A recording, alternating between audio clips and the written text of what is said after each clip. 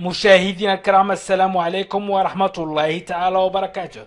مرحبا بكم في قناتكم La grammaire française avec كريم.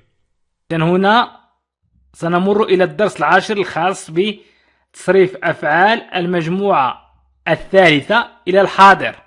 إذن الحاضر الدلالي في اللغة الفرنسية، الدرس العاشر.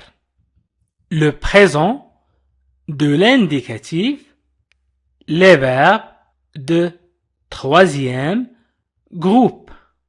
إذن le présent de l'indicatif أي الحاضر الدلالي. Le présent الحاضر. Les verbes de troisième groupe أفعال المجموعة الثالثة. في الدروس السابقة في الدرس الثامن والتاسع تكلمت عن أفعال المجموعة الأولى وأفعال المجموعة الثانية. الآن نتكلم عن أفعال المجموعة الثالثة. إذن أفعال المجموعة الثالثة. Le troisième groupe أو les verbes du troisième groupe comprend tous les autres verbes. سأقوم بترجمة القاعدة qui ne sont pas dans les deux premières catégories. On retrouve notamment les verbes se terminant par RE, OIR et IR qui ne font pas, entre parenthèses, qui ne font pas, ils sont ou participe présent. Au participe présent, à l'infinitif est le verbe aller. Et dans le troisième groupe comprend أي تضم المجموعة الثالثة. تضم المجموعة الثالثة. comprend أي تضم tous les autres verbes. جميع الأفعال أو كل الأفعال الأخرى التي لا تنتمي إلى المجموعة الأولى. إذن جميع الأفعال التي لا توجد qui ne sont pas dans les deux premières catégories. التي لا توجد في المجموعتين الأولى والثانية. إذن لا أقوم بالترجمة حرفية بل أقوم بترجمة المعنى. On retrouve notamment les verbes se terminant par RE, OIR et IR. نجد طبعا، ولكن نقول هذه الأفعال منتهية نجد هذه الأفعال منتهية ب RE و OIR و IR بين قوسين qui ne font pas ils sont au participe présent. qui ne font pas أي التي لا تنتهي ب ils sont. ترجمة المعنى au participe présent في صيغة اسم الفاعل. à l'infinitif في الصيغة المصدرية. إذن l'infinitif المصدر. وأيضا et le verbe aller وكذلك le verbe aller وكذلك فعل aller. فعل aller ينتمي إلى المجموعة الثالثة رغم أنه ينتهي ب هو الوحيد الذي ينتمي إلى المجموعة الثالثة. إذن سبق وأن قلنا أن أفعال المجموعة الأولى تنتهي ب وأفعال المجموعة الثانية تنتهي ب وفي البارتيسيب بريزون أي المصدر أو صيغة اسم الفاعل عفوا تنتهي ب إيسون. وبالنسبة لأفعال المجموعة الثالثة التي نحن بصدد دراستها الآن تنتهي ب RE. كل الأفعال التي تنتهي ب RE تنتمي إلى المجموعة الثالثة. وأيضا OIR وأيضا IR التي لا تنتهي ب إيسون في صيغة اسم الفاعل. Exemple مثال faire, prendre, dire. هذه الأفعال تنتهي ب RE وهي تنتمي إلى المجموعة الثالثة RE. إذن faire, prendre, dire. faire يفعل، prendre يأخذ، dire يقول، croire يظن، naître يولد naître، vendre يبيع، voir يرى. لاحظوا أن voir و pouvoir، لاحظوا أن voir تنتهي ب OIR وبوفوار تنتهي ب او اي ار. بوفوار يستطيع، vouloir يريد، devoir يجب، courir يجري، partir يذهب، mentir يكذب. هذه الأفعال تنتهي ب ER، ولكن في صيغة اسم الفاعل لا تنتهي ب ils. إذا الأفعال التي تنتهي ب RE قطعا تنتمي إلى المجموعة الثالثة.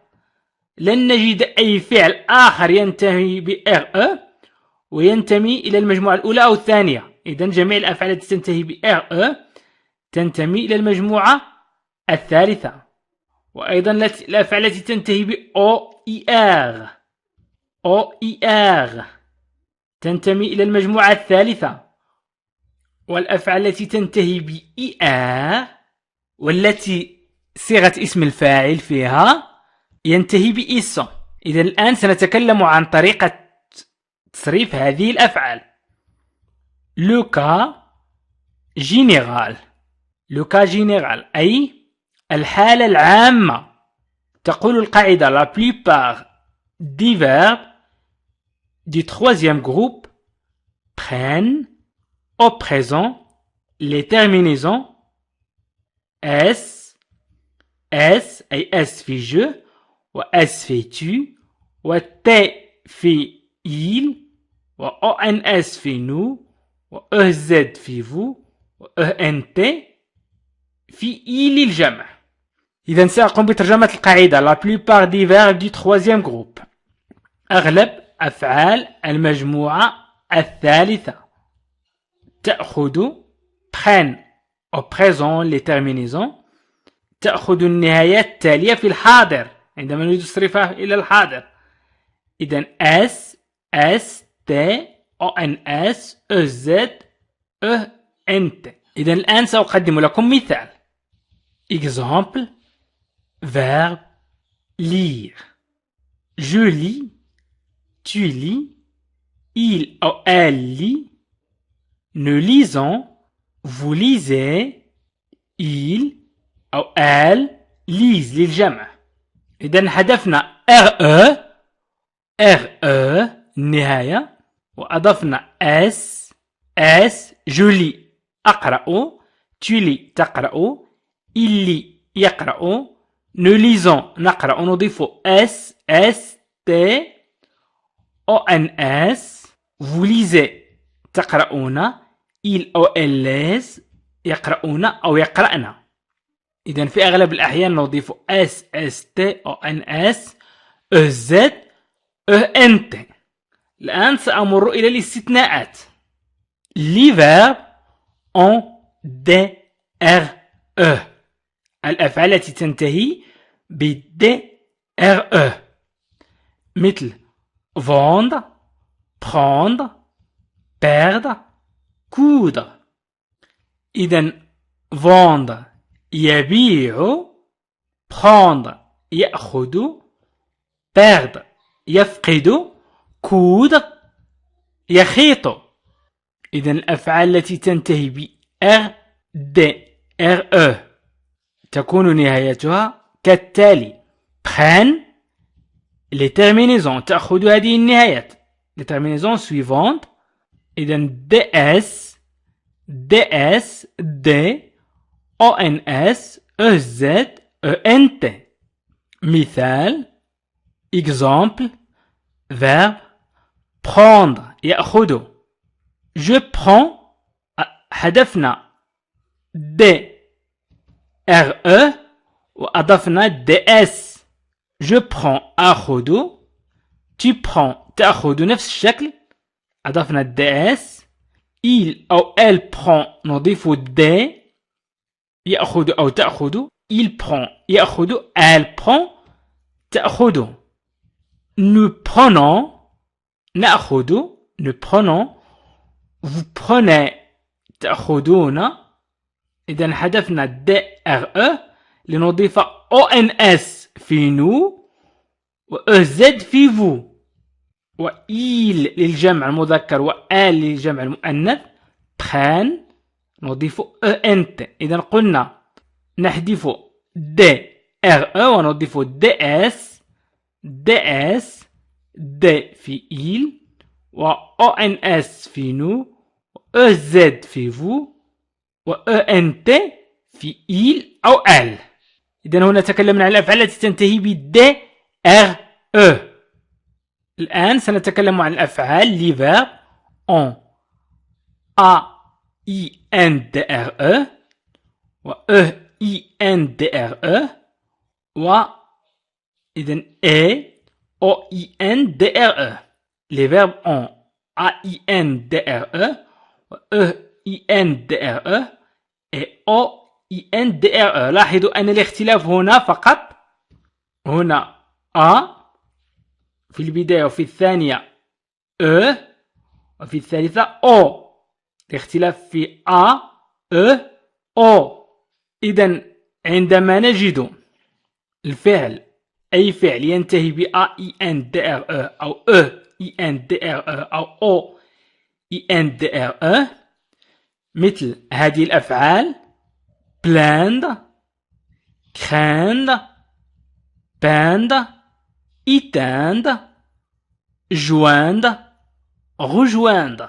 إذن plaindre يشكو craindre يخشى أو يخاف من شيء يخشى شيء peindre أي يصبغ شيء يصبغ éteindre يطفئ joindre يضم rejoindre يلتحق ب.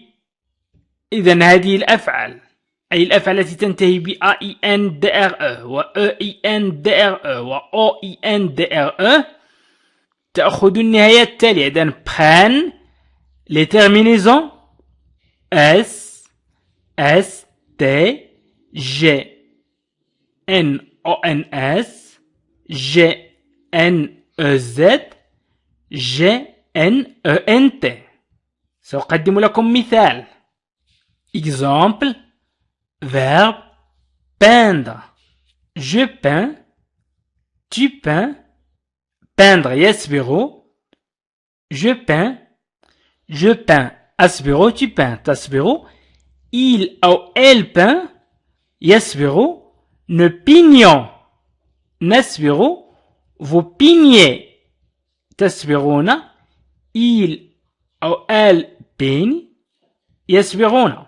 إذا حذفنا DRE وأضفنا SST في je و tu و il elle ونحذف NDRE ونضيف GNONS في nous و GNEZ في vous و GNET في il للجمع. إذا نقول je peigne tu peignes elle peigne أو elle peigne nous peignons vous peignez il أو elle peigne. إذا تكلمنا عن الأفعال التي تنتهي ب RE وبكل استثناءاتها. إذا الاستثناءات الآن سنتكلم عن الفعل الذي ينتهي ب OIR les verbes on OIR. pouvoir مثلا يستطيع vouloir يريد valoir يمكن أن نقول يستحق مثلا أو يكون من المفيد أن.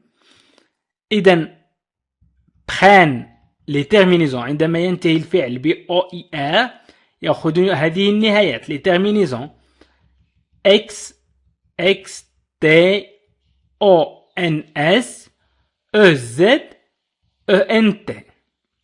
إذن يأخذ النهايات التالية X X T O N S E Z E N T. سأقدم لكم مثال. Exemple verbe pouvoir نقول je peux في je peux أستطيع. إذن في je و tu و il نكتب E مكان O. tu peux il أو elle peut. إذن je peux أستطيع tu peux تستطيع il أو elle peut يستطيع أو تستطيع هي. nous pouvons نستطيع vous pouvez تستطيعون ils أو elles peuvent يستطيعون. إذا نضيف X T ONS EZ ENT ونضع مكان O في je و tu و il و elle. إذا je peux, tu peux, il, elle peut, ne pouvons, vous pouvez, il أو elles peuvent. بالنسبة للأفعال التي تنتهي ب er, les verbes offrir, cuillère, ouvrir se conjuguent comme les verbes du premier groupe. إذن prennent les terminaisons تأخذ النهايات e, es, e, ons, ez, ent.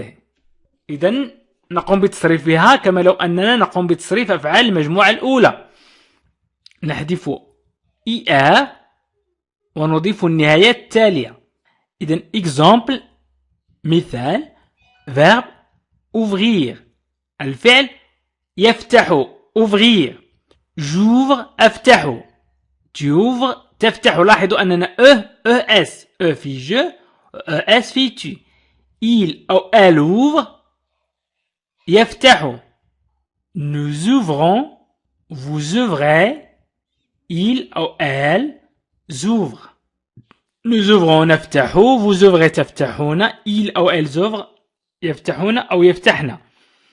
إذا لاحظوا أننا حذفنا er وأضفنا في je و es في tu و في il و elle و ons في nous و ez في vous و ent في il و elle. إذا قدمت لكم طريقة تصريف أفعال المجموعة الثالثة بكل تفصيل، وأتمنى أن تقوموا أنتم أيضا بتصريف هذه الأفعال إن شاء الله بإذن الله بطريقة بسيطة وسهلة. وشكرا لكم. وأيضا هناك دروس عديدة جدا للقواعد، دروس عديدة ومفصلة. إذا حاولوا مشاهدينا الكرام أن تتابعوا معنا جميع الدروس إن شاء الله بإذن الله في هذه القناة، فدروسها مهمة. وحاولوا أن تضغطوا على الروابط أسفل الفيديو في خانة الوصف وفي خانة التعليق، أو اضغطوا على اسم القناة La Grammaire Française avec Karim، واضغطوا على بلاي ليست أو قوائم التشغيل، ستجدون جميع الدروس مرقمة ومرتبة بالشكل الصحيح. وشكرا لكم مشاهدينا الكرام، وإلى لقاء آخر فيديو آخر إن شاء الله. عزيزي المشاهد، لا تنسى أن تشترك في القناة ليصلك كل جديد.